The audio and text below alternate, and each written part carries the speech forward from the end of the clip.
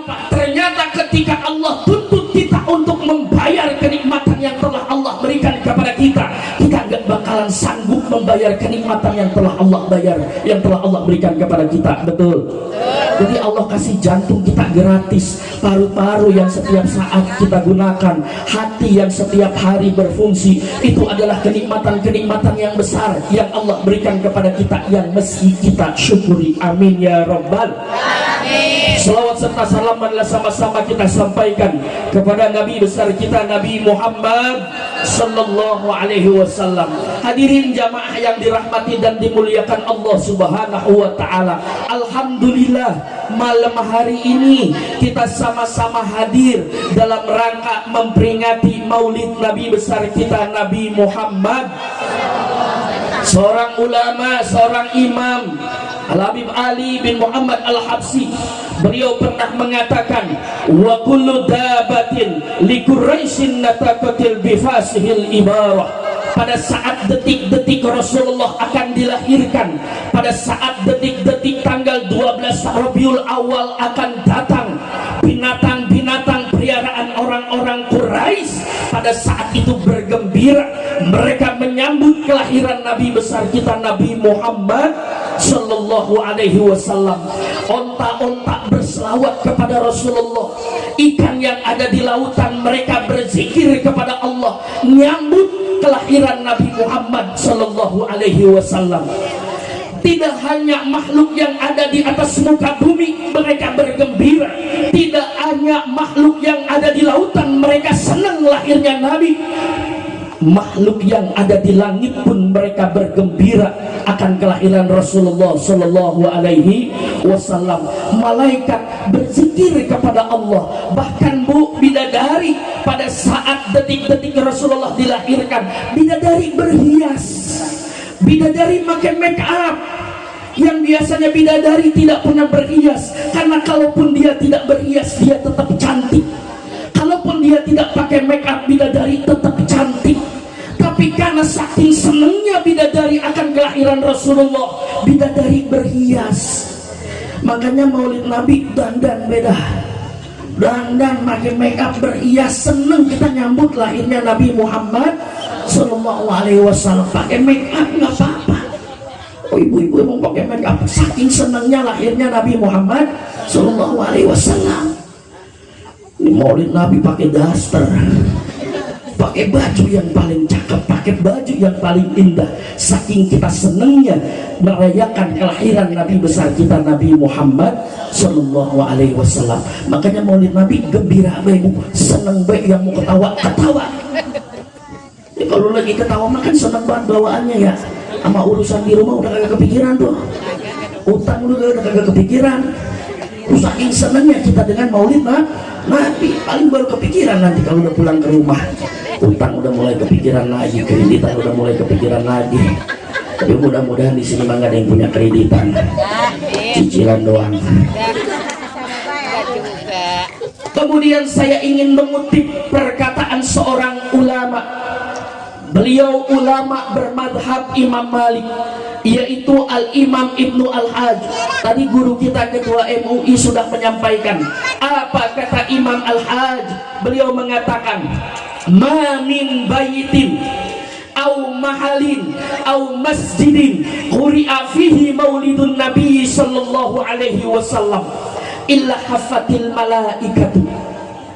Tidaklah suatu rumah, Bu, tidaklah suatu rumah, tidaklah suatu tempat, tidaklah suatu masjid di dalamnya tersebut, di tempat tersebut dibacain Maulid Nabi, illa hafatil malaikatu, kecuali para malaikat datang ke tempat tersebut, kecuali para malaikat memohon kepada Allah untuk menurunkan rahmat kepada tempat tersebut. Dan malam hari ini kita memperingati Maulid Nabi, kita udah baca Maulid Nabi dipimpin oleh guru kita, dan kita yakin bahwa malam hari ini malaikat sedang memohon kepada Allah agar malam hari ini kita diturunkan rahmat dari Allah Subhanahu. Makanya Maulid Nabi nggak ada ruginya, Bu, nggak ada ruginya kita ngumpul di sini, nggak ada ruginya malaikat ngedoain kita, malaikat datang. cuman malaikat datang kita nggak ngelihat. Kalau kita ngelihat malaikat repot urusan, bakalan kabur kita, karena beda kita sama malaikat.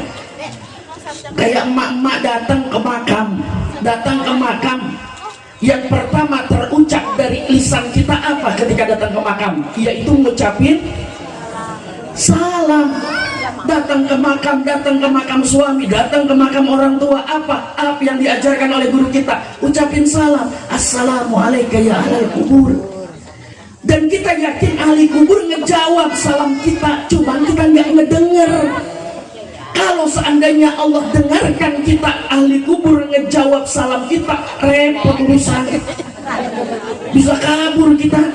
Begitu kita datang ke makam ngucapin salam, dijawab waalaikumsalam, kabur. Saya yakin kabur, nenek-nenek juga bakalan kabur. Itu Yasin tadinya dibawa cakep banget, ditaruh di dadanya, langsung kita buang.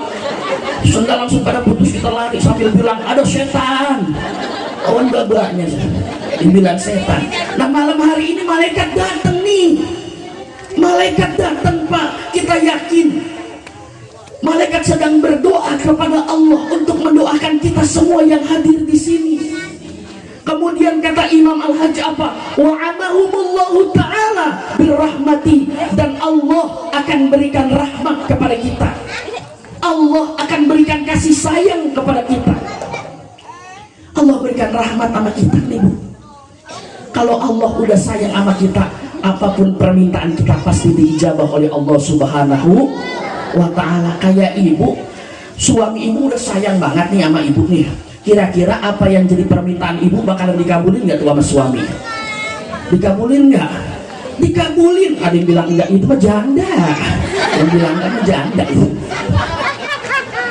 Bakalan dikabulin. Kata ibu begini, bang, beliin saya emas nggak apa bang? Emas, lu mau berapa kilo emas? 2 kilo memang. Dibeliin tuh sama suami 2 kilo. Saking apa? Saking sayangnya. Lah 2 kilo kecil kalau segram mah. Kalau di sini belinya per gram per kilo? Per kilo kan? Suara istri saya kalau beli emas kan kiloan Bu. Ya Allah ya Rabbana, Allah bakalan kabulin permintaan kita. Allah sudah sayang sama kita. Pernah suatu ketika Bu, Rasulullah ketika melaksanakan Isra Mi'raj, kemudian Rasulullah bertemu dengan salah satu malaikat, dan malaikat tersebut dilihat oleh Rasulullah memiliki tangan 1000, tangan kanannya, tangan kirinya 1000, dan masing-masing tangannya memiliki jari 1000. Kemudian Rasulullah bertanya kepada malaikat tersebut, wahai malaikat, tanganmu begitu banyak, memang tugasmu apa? Kemudian malaikat menjawab, ya Rasulullah, tanganku banyak sebab Allah perintahkan kepadaku untuk menghitung hujan yang turun ke atas muka bumi ini, sehingganya hujan yang turun aku hitung dengan tanganku. Kemudian Rasulullah bertanya lagi, adakah 1, 2, atau 3 hujan yang tidak terhitung dari tanganmu? Kemudian malaikat menjawab, tidak ya Rasulullah, semua hujan yang turun, tetesan air hujan yang turun ke atas muka bumi ini, semuanya saya hitung, tidak ada yang luput dari hitungan saya. Tapi ada satu yang saya nggak bisa hitung ya Rasulullah. Apa itu malaikat? Ketika Allah turunkan rahmat kepada umatmu, ketika umatmu duduk di majelis ilmu, umatmu duduk di majelis selawat, umatmu duduk di majelis zikir, rahmat Allah turun, dan aku tidak bisa menghitung rahmat sebanyak itu walaupun tanganku banyak. Jadi malam hari ini malaikat gak bisa menghitung rahmat Allah turunkan sama kita nih. Amin ya Rabbal Amin. Pada ngejengking baik kayaknya. Kamu udah ngejekik baik. Ya Allah, udah pada makan dong. Ini bahasa saya paham ya. Saya mau orang kampung, lu jangan pakai bahasa kota-kotaan. Paham kan ngejekik ya? Ngejedok. Apa lagi tuh? Allah berikan yang ketiga, kata Imam Al-Hajj, waridwani, Allah akan berikan keriduan kepada kita. Amin ya Rabbal Amin. Kemudian saya ingin kutip perkataan seorang ulama besar yang bermadhab Imam Syafi'i, yaitu Al-Imam Jalaluddin As-Suyuti. Beliau pernah mengatakan, sunnah bagi kita sebagai umatnya Nabi Muhammad Sunnah bagi kita sebagai umatnya Nabi Muhammad apa? Izharus syukri, mengungkapkan rasa syukur kita kepada Allah atas apa? Bimaulidihi sallallahu alaihi wasallam, dengan kelahirannya Nabi Muhammad sallallahu alaihi wasallam. Wal ijtima'u, ngumpul bareng-bareng. Jadi kata Imam Jalaluddin As-Suyuti, beliau mengatakan sunnah bagi umatnya Nabi Muhammad ngerayain kelahirannya Nabi Muhammad dengan ngumpul begini nih Bu. Jadi ngumpul begini nih nggak ada salahnya, kita udah cakep banget ngumpul bareng-bareng begini. Nah kalau di rumah kita belum tentu berselawat kepada Rasulullah, yang ada kita berebut remote sama anak, yang ada kita nonton TV nggak ada udah-udahnya. Tapi dengan kita duduk di musolah at-taufik, insya Allah Allah akan berikan rahmat kepada kita. Amin ya Rabbal. Amin. Kemudian kata beliau lagi, wa it'amut ta'am, dan memberikan makan kepada orang yang maulid Nabi, itu Allah akan berikan keberkahan. Amin ya Rabbal. Jadi ngumpul maulid Nabi, kemudian kita makan atau ngasih orang makanan pada saat maulid Nabi, itu berkah. Makanya ketika maulid Nabi ada makanan, makan, jangan pakai malu-malu, habisin. Ibu-ibu masih ada makanannya? Hah? Saya lihat tuh tinggal nampannya doang sih. Ibu-ibu emang gak di mana-mana, kalau ngelihat makanan udah paling resep. Berkah Ustaz, berkah. Iya emang marut juga sih. Beda sama bapak-bapak kalau disediain makanan, ya Allah, bapak-bapak mah dilihatin doang. Pas saya lihat di dalam makanan masih utuh tuh. Ada semangka, ada pisang gede-gede banget, mana enggak dimakan, dilihatin doang tuh. Bentar-bentar bawa dari rumah udah bawa pisang. Paham banget. Ya Allah, udah makan. Apa yang kita malam hari ini kita dapat makan. Ya Allah, ada air minum. Bisa nyari air ini, Allah juga ini. Buru-buru makan, air juga kagak. Ya Allah, ya Allah, Pokari, sweet kita panitia Ustaz kegedoyan Pokari, sweet apa? Pokari sebagai pengganti ion tubuh. Ya Allah, buru-buru makan, hari ini minuman juga kagak. Bu, lanjut Bu. Ceramah sampai jam berapa Bu? Jam 2. Ya Allah ya Rabbana, ini beneran sampai jam 2? Oh, semalaman. Ya. Sampai subuh. Emang biasa ceramah begitu sampai subuh di sini? Udah berapa penceramah yang sampai berbusa di sini? Enak banget sampai subuh. Ya Allah Bu, ceramah mas sebentar atau lama udah sama baik, itu amplop udah dikelek. Ya. Bu, ini sampai jam berapa kita? Ya Allah, lanjut Bu ya.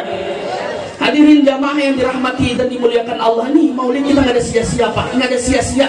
Bapak ngeluarin harta untuk memperingati maulid Nabi, itu nggak sia-sia. Makanya kalau lagi maulid Nabi di musola, di masjid, jangan sayang-sayang ngasih. Di panitia cakep banget Bu, panitia udah ngadain maulid di musola. Kalau kita mampu ngadain di rumah masing-masing. Tapi kalau kita memang belum mampu, kita bareng-bareng guyup, bareng-bareng kompak ngadain acara di musola maulid Nabi. Jadi berkah buat kita. Di panitia saya yakin mau rapatnya udah dari jauh-jauh hari, persiapannya dari jauh-jauh hari. Musola atau Taufik dia udah pada ngumpul rapat, udah nentuin per kakak 300.000 per kakak. Ayo ada yang debat nih, jangan 300.000 kegedean, 200.000 baik. Akhirnya singkat cerita udah ditentuin dan tuh diumumin sama masyarakat. Nanti sampai masyarakat agak baik tuh omongan. Maulid Nabi di musola at-Taufik per kakak 300.000. Nanti ada itu mahal amat 300.000. Emang maulid Nabi jangan sayang-sayang. Mau 300.000 per kakak, alhamdulillah ngadain bareng-bareng buat Nabi. Tapi kalau mampu ngadain di rumah. Tapi kita belum mampu, ya kita kompak untuk acara maulid Nabi di musola at-Taufik ini. Dan mudah-mudahan itu jadi berkah buat kita. Harta yang kita keluarkan jadi berkah, uang yang kita keluarkan, makanan, air yang kita keluarkan, sampai petasan juga yang kita keluarin jadi berkah. Amin ya Rabbal. Kemudian hadirin jamaah yang dirahmati dan dimuliakan Allah Subhanahu wa taala, memperingati Maulid Nabi salah satunya kita mengungkapkan dengan berselawat kepada Rasulullah.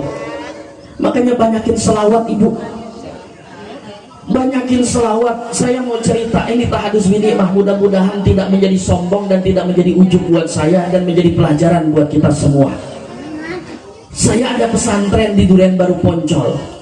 Itu pesantren gratis Pak, saya nggak mintain biaya. Itu usianya yang ada yang usia SD, SMP, SMA, semuanya saya gratiskan. Saya nggak pungut biaya. Kemudian ada yang bertanya, Ustadz biayanya dari mana? Itu bocah makan bagaimana? Itu sekolah bocah bagaimana? Saya bilang, saya yakin kepada Allah, Allah yang ngejamin. Makanya santri saya ajarin setiap hari, saya ajak setiap hari untuk berselawat kepada Rasulullah. Karena salah satu keberkahan dengan kita berbanyak berselawat kepada Rasulullah, Allah akan berikan rezeki yang halal, yang barokah buat kita.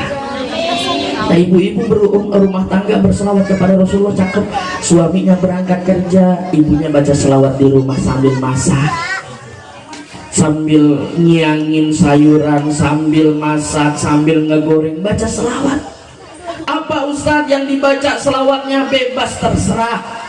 Ibu bisanya Allahumma sholli ala sayyidina Muhammad wa ala ali sayyidina Muhammad, itu cuman nggak apa-apa, itu amalin. Ibu bisanya baca selawat Fatih, silahkan. Ibu baca selawat Nariyah, silahkan. Apapun bacaan selawatnya, tujuan kita untuk mengingat Nabi, tujuan kita untuk mengingat Allah, terserah, bebas. Insya Allah Allah berikan keberkahan. Nah, makanya santri saya Masya Allah, alhamdulillah berkah, tiap hari makan padahal nggak bayaran. Gue cuma ngobrol dengan mama itu. Tepuk tangan dia. Ya Allah, sebang ngobrol sama anaknya. Bu, baca selawat ya. Baca selawat. Ya, kita baca selawat malam hari ini. Ikutin ya. Ya Nabi, salam alaika. Ya Rasul, salam alaika. Ya Habib, salam alaika. Salawatullah alaika. Dengan kita berselawat kepada Rasulullah, insya Allah Allah berikan rezeki yang halal dan barokah buat kita semua. Pelajaran dari saya punya santri gratis total, tapi Allah jamin dengan apa? Dengan perbanyak berselawat kepada Rasulullah Sallallahu Alaihi Wasallam. Kemudian hikmah daripada peringatan Maulid Nabi, saya ingin mengutip ayat Al-Quran. Laqad kana lakum fi Rasulillahi uswatun hasanah. Rasulullah diutus ke muka bumi ini untuk memberikan contoh kepada kita, untuk menjadi uswah untuk kita. Makanya ikuti apa yang telah diajarkan oleh Rasulullah. Akhlak Rasulullah ikutin. Sebagai seorang pemimpin, sebagai seorang pejabat, ikuti akhlak Rasulullah, bagaimana Rasulullah menjabat sebagai seorang pemimpin. Seorang RW, seorang RT, kepala desa, presiden, ikuti akhlak Rasulullah, insya Allah negara bakalan berkah. Menjadi kepala rumah tangga, ikuti akhlak Rasulullah. Menjadi seorang suami, ikuti akhlak Rasulullah, insya Allah rumah tangga kita akan menjadi sakinah mawaddah warahmah. Rumah tangga kalau ngikuti rumah tangga Rasulullah enak, Bu. Rasulullah mesra banget dengan suaminya, dengan istrinya. Salah ngomong, Bu. Bukan nenek-nenek melotot baik sih. Kalau kita ngikuti rumah tangga Rasulullah, rumah tangga kita jadi berkah. Insya Allah jadi berkah. Rasulullah, ya Allah, ibu mesra banget dengan istrinya, nggak pernah keluar kata-kata kasar yang dikeluarkan oleh Rasulullah kepada istrinya. Begitupun dengan istrinya, istrinya nggak pernah berkata kasar kepada Rasulullah sebagai suaminya. Akhirnya rumah tangga Rasulullah adem ayem, beda sama rumah tangga kita. Ya Allah, saking mesranya ibu, saking mesranya nih, saking mesranya Rasulullah. Mesranya tidak hanya pengantin baru, tapi sepanjang sampai wafatnya Rasulullah. Dan wafatnya Rasulullah di pangkuan Siti Aisyah. Saking mesranya. Kalau kita mesranya pengantin baru doang, betul nggak Mak? Waktu pengantin baru, masya Allah mesranya luar biasa. Itu kemana-mana bini kita digendong, mau kondangan bini kita digandeng. Bini kita lagi kondangan kepleset kulit pisang, habis itu kulit pisang diomelin.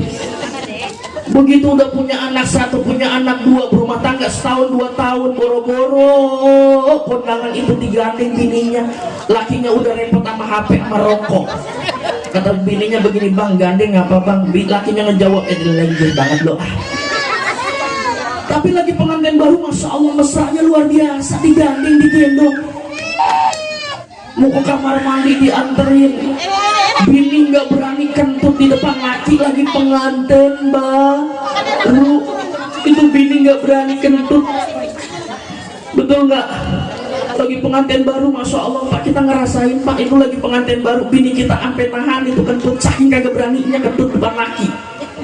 Itu bininya bela-belain, mukanya sampai merah nahan kentut, saking kagak ketahannya laki, bininya langsung lari ke kamar mandi.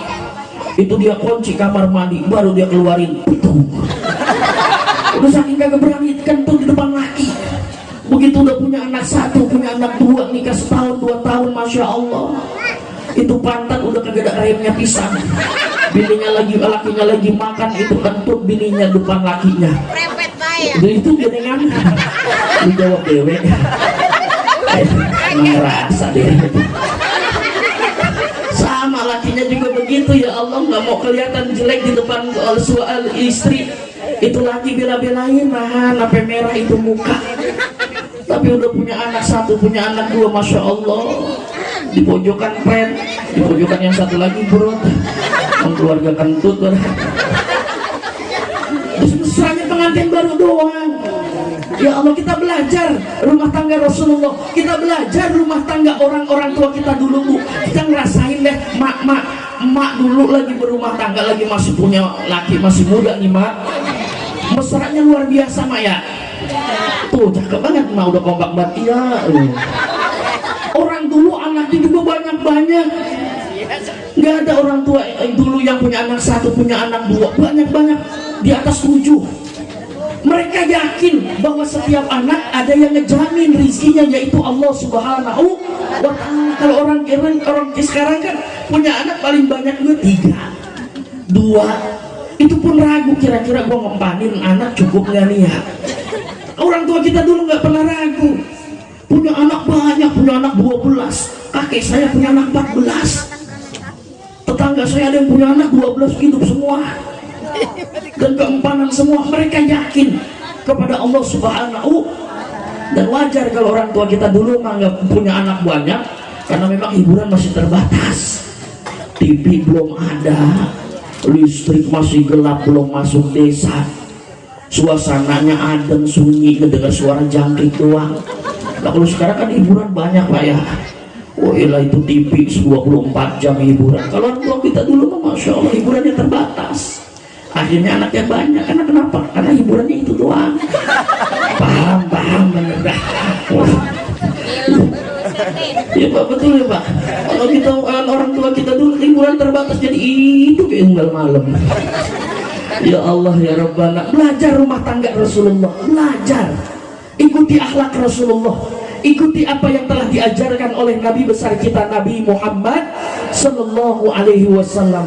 Hadirin jamaah yang dirahmati dan dimuliakan Allah Subhanahu Wa Taala, mudah-mudahan Maulid pada malam hari ini kita semua mendapatkan keberkahan dari Allah Subhanahu Wa Taala. Sudah jam 11.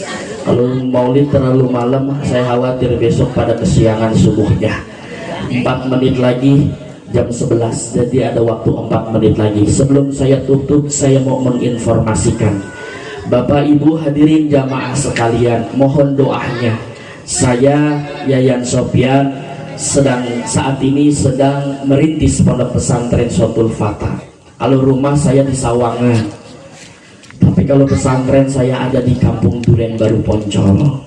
Buat Bapak Ibu yang punya anak usia SD, usia SMP, usia SMK, ayo silahkan masukin ke pesantren yang kami sedang kelola ini. Ustadz, bagaimana biayanya? Biayanya gratis untuk yatim dan duafa.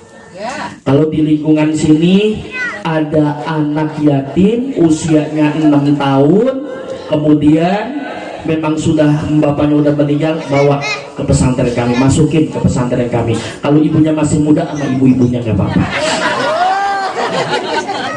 Kalau masih muda, kalau nenek-nenek nggak perlu urus nenek-nenek gua. Ya. Usia SD, usia SMP silahkan masuk pesantren. Bagi yang mampu bagaimana? Bagi yang mampu silahkan seikhlasnya. Kita tidak pernah menentukan. Karena prinsip saya membangun pesantren bukan lagi bisnis di dunia pesantren, tapi bagaimana saya bisa memberikan manfaat kepada orang banyak. Yatim dan duafa itu udah kami gratiskan. Bagi yang mampu silahkan infak seikhlasnya untuk tahun ini 2021. Nah, sejak belum gue jelasin, dengerin dulu. Untuk tahun ajaran baru 2022-2023 tetap yatim dan duafa itu gratis. Tetap gratis, Mak. Mau saya bilangin tadi, tetap gratis. Mak mau ngantren. Ada di pesantren saya di pinggir kali, Mama ada. Ya Allah, doain canda Mak. Jadi yatim dan duafa gratis. Ibu bapak yang punya anak, yang punya saudara yatim duafa gratis. Kami tidak pungut biaya. Kemudian bagi yang mampu untuk tahun ajaran baru akan kami kenakan biaya, tapi biayanya tidak memberatkan. Jadi nanti ada pilihan sebulan untuk makannya ada sekian, insya Allah itu di bawah 500.000 bagi yang mampu. Pelajarannya apa? Kita kitab kuning karena kita ahli sunnah wal jamaah, kitab kuning nahwu sorofnya, kemudian kita ada bahasa Arabnya, setiap hari santri kita bicaranya bahasa Arab. Insya Allah kalau masuk ke pesantren saya pada pesantren Suratul Fatah setahun dari Sukmajaya masuk setahun di Suratul Fatah, insya Allah lupa bahasa Sukmajaya, yang dia bisa bahasa Arab. Doain Bu ya, mudah-mudahan saya sehat, istiqomah untuk membimbing para santri, dan mudah-mudahan kita semua mendapatkan keberkahan dari Allah Subhanahu wa Ta'ala. Terakhir saya ingin mengajak, saat ini saya sedang ngebangun asrama putri dan pastinya membutuhkan biaya. Saya ingin ngajak Bapak Ibu sekalian, kalau mau ada yang mau infak, saya suruh santri saya keliling. Kalau memang ada yang mau infak, memberikan sebagian rezekinya untuk pondok pesantren, mudah-mudahan itu jadi keberkahan buat ibu sekalian. Insya Allah sujudnya para santri, ibadahnya para santri, sembahyangnya para santri, tahajudnya para santri itu menjadi pahala mengalir buat Bapak Ibu sekalian. Kalau nanti Bapak Ibu sudah meninggal karena ada harta ibu yang ibu keluarkan untuk pembangunan pondok pesantren Suratul Fatah, ada pahala yang terus mengalir, yang terus Allah berikan kepada ibu walaupun ibu udah meninggal. Siapin ibu kalau memang ada duit. Kalau ada duit 100.000 silahkan 100.000, kalau 50.000 50.000, kalau 20.000 20.000, kalau ada yang 2.000 silahkan 2.000 juga. Bebas ini Mas santri. Bang Adri minal abam. Saya sambil selawat Bu ya.